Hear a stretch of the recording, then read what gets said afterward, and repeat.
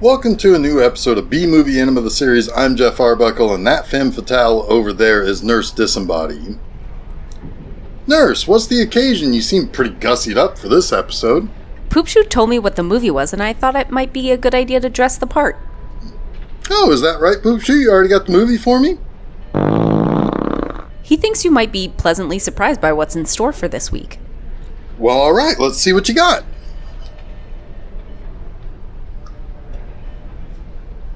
Huh. Okay, well, it's the second best secret agent in the whole wide world. That's a heck of a long title for the movie. Yeah, I suspect so, Poopshoot. Maybe you can get yourself some Pepto-Bismol and, kind of take it easy. Okay, so the second best secret agent in the whole wide world. Nurse. What you got? Can you guess who the best secret agent in the whole wide world would be? Austin Powers. Wait. No, try that again. Nick Fury. Not so much. Try again. Maxwell Smart. Definitely not. Emma Peel. Not really. John Sneed. Napoleon Solo. Hamstray. Lemro? It's James Bond. I was getting there. Huh. Anyway, this movie has another title, License to Kill, which is what this is translated into. The second best secret agent in the whole wide world was the American title. Now, we'll get back around to that in a bit, but it's a good thing that it no longer goes by License to Kill. At least in the vernacular of this episode, we won't be calling it by that. And I'll explain why in a moment and much more deeply later. Now, a couple of weeks back, we watched Devil Doll from 1964, and that was directed by Lindsay Shantef. Well, Mr. Shantef is back with this movie. The second best secret agent in the whole wide world, released 10 months later in 1965. However, it was not the direct follow-up to Devil Doll. The movie that came in between Devil Doll and the second best secret agent in the whole wide world was that Curse of Simba movie that I mentioned in the Devil Doll episode. It also went by Voodoo Blood Death and Curse of the Voodoo. I think it's very possible that the movie was not exactly sensitive to African folks. That's probably a safe bet. For sure. But another interesting connection with this movie comes from the U.S. distribution of the second best secret agent in the whole wide world. If you go back another week from the Devil Doll episode, we watched The Fourth Victim, which starred Carol Baker. Now, Baker's career was essentially derailed when she sued Joseph E. Levine over issues she had with her contract with Paramount Pictures. Levine was rather powerful, and it kind of blackballed her in Hollywood for a while, forcing her to go to Italy to pursue work.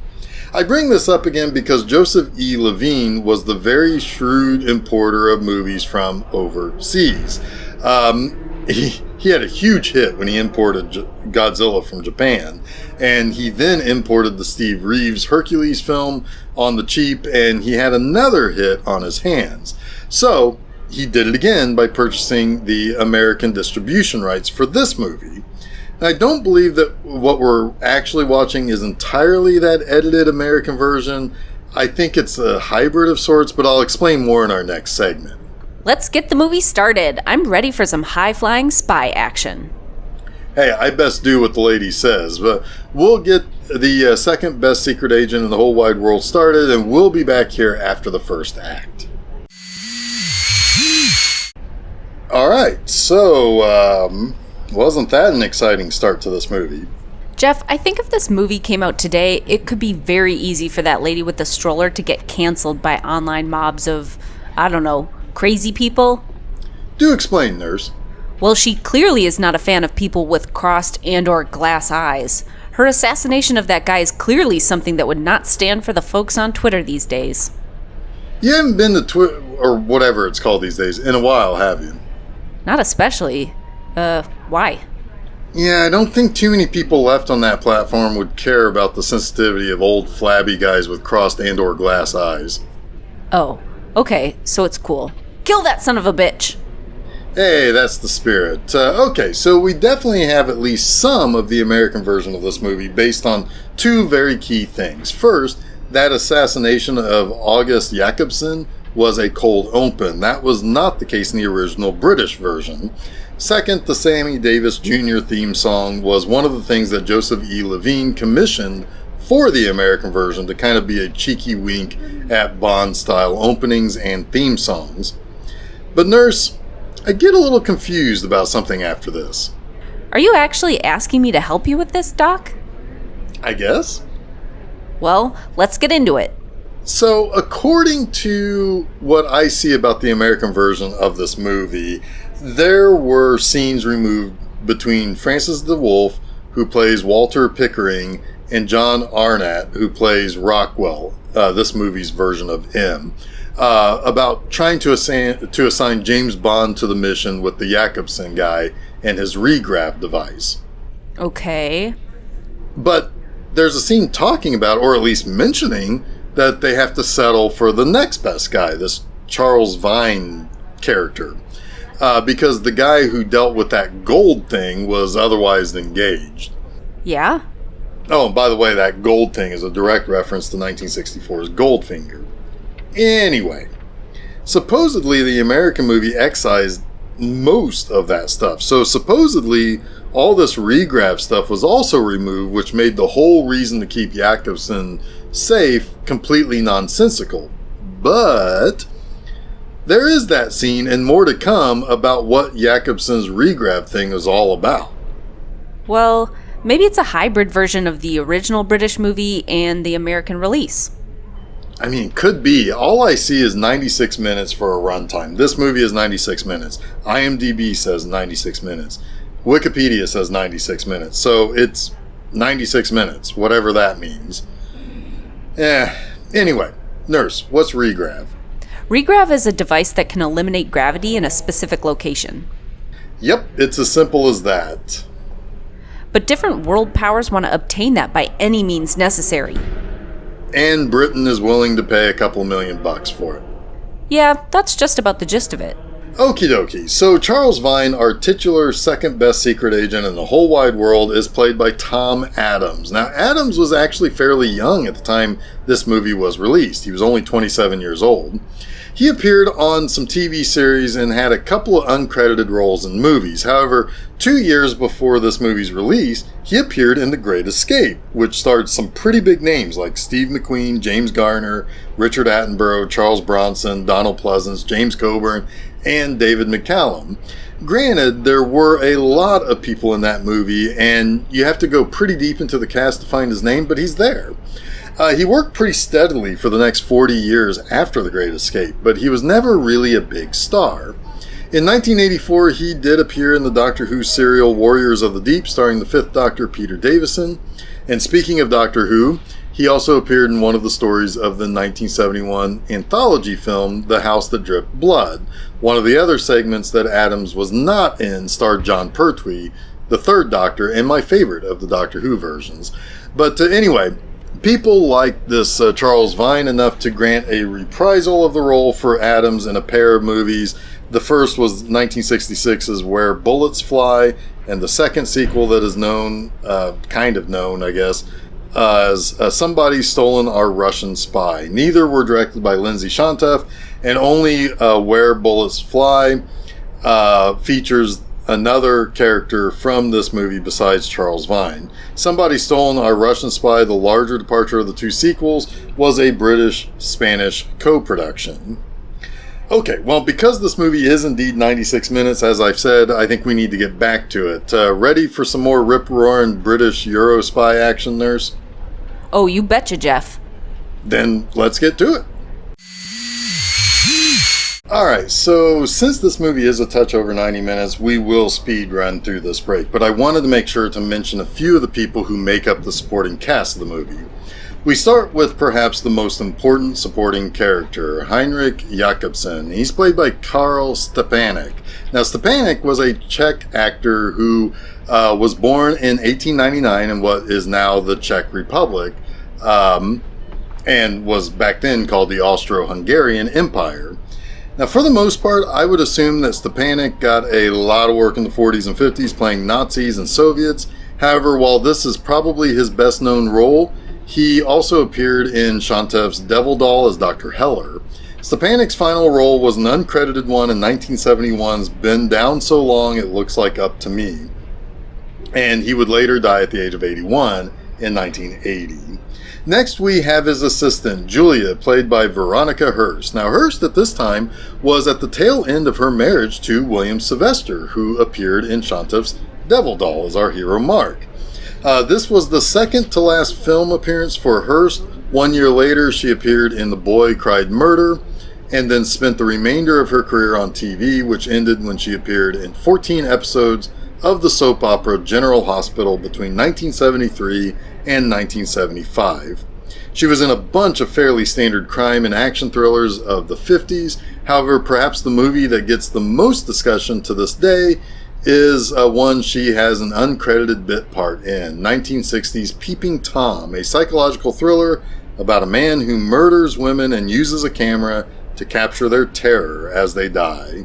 Hurst lived until 2022 when she passed away just after her 91st birthday. Charles Vine's boss Rockwell was played by John Arnott. While he would reprise the role a year later in Where the Bullets Fly, Arnott's most recognizable role was as the Deputy Sheriff of Nottingham in the British television series The Adventures of Robin Hood. He worked right up to his death in 1999. Pickering is played by Francis DeWolf, a character actor with 42 years worth of credits. He also appeared in Devil Doll for Shontuff. He was Vavra in From Russia with Love. That makes him somebody who actually was in a Bond film, and in this movie too. He also appeared in Hammer films such as Corridors of Blood, The Hound of the Baskervilles, alongside Peter Cushing and Christopher Lee, The Two Faces of Dr. Jekyll, and Curse of the Werewolf. That Curse of the Werewolf and Corridors of Blood had Yvonne Romaine, who was in Devil Doll. Next, we have a couple of baddies. First up, Peter Bull, who plays Masterman. For nearly 50 years, Bull worked and had some massive films on his resume. These are movies like being the narrator for the 1951 version of Scrooge. He was the enemy boat captain in The African Queen opposite Bogart and Hepburn. He was the Soviet ambassador in Dr. Strangelove. He was in the 1963 Best Picture Oscar winner Tom Jones. But let's forget about all those recognizable movies he appeared in. Peter Bull is a fascinating character for two reasons. First, in the 70s, he ran a little shop that sold Zodiac-related things. So he was into astrology, or at least the aesthetics of it. But he was also an avid collector of teddy bears. Yeah, he loved the little guys. I get it, man. You find something that speaks to you and you just collect that shit. But he was such a big fan of the stuffed cuties. He wrote a book about teddy bears. Yeah, he was also an author of lighthearted stuff like his teddies and the adventures he'd go on in the Greek Isles, where he also had a house. He is maybe the most interesting person in this cast. Another of the baddies, Technikov, is played by Felix Felton. He was nearing the end of his life, but he had some notable stuff on his filmography, which includes Chitty Chitty Bang Bang, a movie based on a book by James Bond creator Ian Fleming. He also, he didn't really quite have a very long career in film and television, only about 20 or so years, but he did, in that time, rack up over 80 credits. Of course, like so many British actors, he was involved in a version of Dickens' A Christmas Carol. In 1971, the same year in which he passed, he did voice work for the animated TV special of the classic tale and voiced the ghost of Christmas Present. I believe that was one of the versions of the tale I saw in school just before Christmas break when I was a kid. But let's talk about a couple more beauties we see in this movie. When we first meet Charles Vine, he's having some naughty fun in bed with a girl who, again, I thought a lot of the double entendre dialogue with Vaughn was supposedly removed in the American version, but I picked up on what they were putting down there. But again, I don't know what version of this movie we're actually watching. But she's played by Carol Blake. She was in no other film or made any other TV appearance that I could find. However, at the end of the first segment, we saw a girl who works in the computer department of whatever agency Vine is a member of. And we saw her again when Vine successfully shagged her. She is Judy Huxtable. Huxtable was born into a wealthy family and spent her early years as a debutante before becoming a fashion model in her early adult years. That allowed for her to get a few movie roles, not many, but she did appear in a couple of recognizable horror films like Scream and Scream Again, starring Vincent Price, Christopher Lee, and Peter Cushing. She also appeared in Die Screaming Marianne. She ended up appearing in 17 movies over a span of nearly 20 years. At the end of the movie, we will see actress and comedian Claire Gordon. Probably her highest profile film and best known role, at least on her filmography, is 1961's Conga, in which she starred as Sandra Banks. She did do some work on stage, which included a role in Agatha Christie's Verdict as a Russian spy. She also appeared in the Neil Simon play Come Blow Your Horn. When Gordon passed in 2015, there was a bit of a controversy around her estate. 2 people acting as property consultants were arrested and put on trial for fraud because they altered her will. Kind of crazy, if you ask me. All right, Jeff, I'm back. What did I miss? Well, pretty much the entire segment. Oh, bummer. Did you talk about the guy who was in an actual James Bond film? Yep. How about the guy who wrote books about teddy bears? Of course. Oh, well, I guess it's time to get back to the movie. Sure is.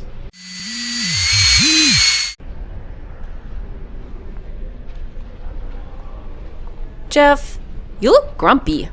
Are you grumpy? Yes, I'm grumpy. Oh, Well, why? This movie sucked. Oh. Oh, no.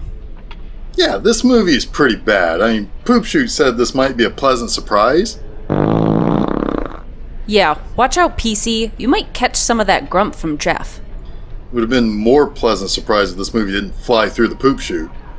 Look, I don't like flexing these muscles too often, but here goes. I've mentioned before that I'm a huge James Bond fan. Okay? Some of my friends, and trust me, I do have friends, sometimes. Anyway, those friends will tend to try to foist the term expert onto me. I am not a James Bond expert. I like to consider myself a James Bond enthusiast. Now, I know a lot of things. My opinions of the things in the series tend to come from a sincere place of how I feel about each entry in the series, and I know the traditions or things that the producers were utilizing or replicating from a previous film in the franchise. So, understand this is coming from a sincere place. I'm pretty sure you're not going to like my final grade, but hit me with it. So let's compare this movie, originally titled License to Kill, to the 1989 James Bond film License to Kill. This film does not have a bad premise whatsoever. In fact, I like the craziness of a scientist having created an anti-gravity machine that could be a very useful tool for a world power to have as it jockeys for world supremacy, during the Cold War. Okay, I'm with you on that. Trust me, I'm with you. I like that idea. And I like the idea of our hero spy being brought in not to go and steal the machine or the blueprints or the person who made it to bring him back to England, but to simply protect him. The Bond series is full of entries in which Bond is not sent to assassinate someone or steal something like you think a spy would. No, he's simply sent to gather information. It's not until someone strikes at him that he has to use his license to kill or make other on-the-spot decisions to take down the criminal mastermind. And yes, there are a couple of entries in which Bond is initially sent out to watch, observe, and protect, not necessarily get directly involved as to protect Her Majesty's interests. I'm following. Good. Now, in this movie, Charles Vine is sent out to make contact with Heinrich Jakobsen. He is then to help protect him and his regrav device, along with his personal assistant, the lovely Julia Lindbergh. Now, he facilitates safe passage for Jakobsen so that the British government can purchase his regrav device. Okay, this is all perfectly understood. But in the course of the plot, Jakobsen is hunted by the bad guys led by Masterman. And Masterman apparently has moles and bad guys everywhere. Sometimes they are members of the police or the military, and sometimes... they're cross-dressing Asian lady boys. Don't forget Masterman has that exact duplicate for Vine, too. Oh, we'll get to that, don't you worry. But so, to compare to 1989's License to Kill, you have Bond, who granted is not working for the British government. Instead, he goes rogue to take out revenge on Sanchez, a powerful head of a cartel that severely hurt Bond's only real friend, Felix Leiter, and killed Felix's wife, Della, on the night of their wedding. This triggers painful memories of Bond's own wedding day, in which the only woman he truly loved up to that point was also slain. So Bond takes off to deal with Sanchez, but when you have a powerful drug cartel led, who uses his money and tries to set up his country's primary bank and lavish casino, and you can buy the president of the country as well as the military might at the control of El Presidente. This means that Bond is naturally going to run into people who are seemingly normal at first, but are either in Sanchez's pocket or part of a whole other ring of international spies who are working together to gain Sanchez's trust and then bring him down with the full might of their country standing behind them. The plot of License to Kill is about Bond working alone and without his gadgets for most of the movie and needing to use his cunning to worm his way into Sanchez's circle and sow mistrust and paranoia within the organization. Every scene has Bond working toward that goal and sometimes making huge strides in that goal and sometimes suffering setbacks and needing to change his plan. Sometimes on the spot. But this movie is a collection of scenes that are like watching kids play on the playground and making up the rules as they go. Multiple times over, we see Charles Vine run in the bad guys while escorting Jakobsen and Julia to some place. It's also obviously traps too where he's going. I mean, we don't ever really know if the people dressed as police or army are turncoats being paid by Masterman to kill Vine and Jakobsen, or if they were just wolves in sheep's clothing. Vine agrees to take Jakobsen to a freaking parade where he loses the scientist for a little bit until he realizes the scientist is wearing a bulletproof vest. I mean, he had to ponder whether or not he fucked up on a colossal scale, and we have to wonder if Vine is a fucking moron. However, Vine did fuck up colossally because he should be holding things down with Jakobsen and in no way taking him to a goddamn parade. And it makes the movie repetitive, and worse, it makes the movie extremely dry. There's hardly any variety in the action sets. Every action scene deals with a car and shooting as if that's all Bond films were, and yes, this movie wants to be a Bond movie on every level. Twists in this movie don't make any sense. We're shown that Masterman's best, man, is an exact duplicate, thanks to plastic surgery, of Vine. He doesn't do much. He sits outside and waits for the lady boy to do something? Anything? I don't know. But that doesn't do anything because Vine kills the guy before the duplicate Vine can make contact anyway. And in the big climax, the duplicate is just shot. Yeah, he doesn't really face off against Vine himself, probably because the movie couldn't figure out how to have two Tom Adamses in the same scene. Instead, Vine takes on a guy we don't really see in action until the very end of the movie, and he just shows up at the end and Vine has to kill him. Betrayals make no sense. Jakobsen gets his big payday and then decides to kill Julia and then goes to meet up with his brother, who was supposedly dead thanks to that assassination scene that kicked the whole movie off. And I guess all those people who worked for Masterman when that whole opening scene happened suck at their jobs because they didn't kill the guy, I guess. I don't know.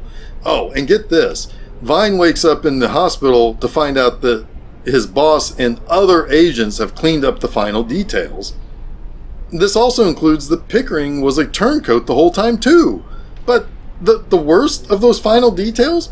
Regrav never worked anyway. It was all bullshit. I guess the movie's real villain in the end was money? The movie itself? I don't know. The money was what Jakobsen and his brother were after all along. It's just, it all sucks. This movie sucks. Oh, well, I see your points. Admittedly, I found myself too often trying to compare this movie to James Bond or Austin Powers, or at least I wanted to do that. Obviously, yeah, it wants to be James Bond. It isn't, and you're right about that. I wonder if this movie would have been better if it was more like Austin Powers? Anyway, the music was a little weak, but I did like that Sammy Davis Jr. song at the beginning. But you're right, Jeff. The plot was starting to get dry. There wasn't enough really good and unique action scenes. Still, I didn't get as mad with it as you did. I guess it's easy to get frustrated with a James Bond ripoff that kinda gets too dry and too silly without much humor or sexy stuff. I guess I'll give this a generous 3 poops out of 5. 3 poop? Oh, God. That's generous. Now, I think we've gone as far as we can with the second best secret agent in the whole wide world. Wait a minute. If Vine is the second best secret agent and Bond is obviously the first best, then that drop-off between number 1 and number 2 is quite steep. And, all of this makes me want to say... And now for the joke everyone has been waiting for all episode. Here's the wind-up and the pitch. Charles Vine really is a number 2.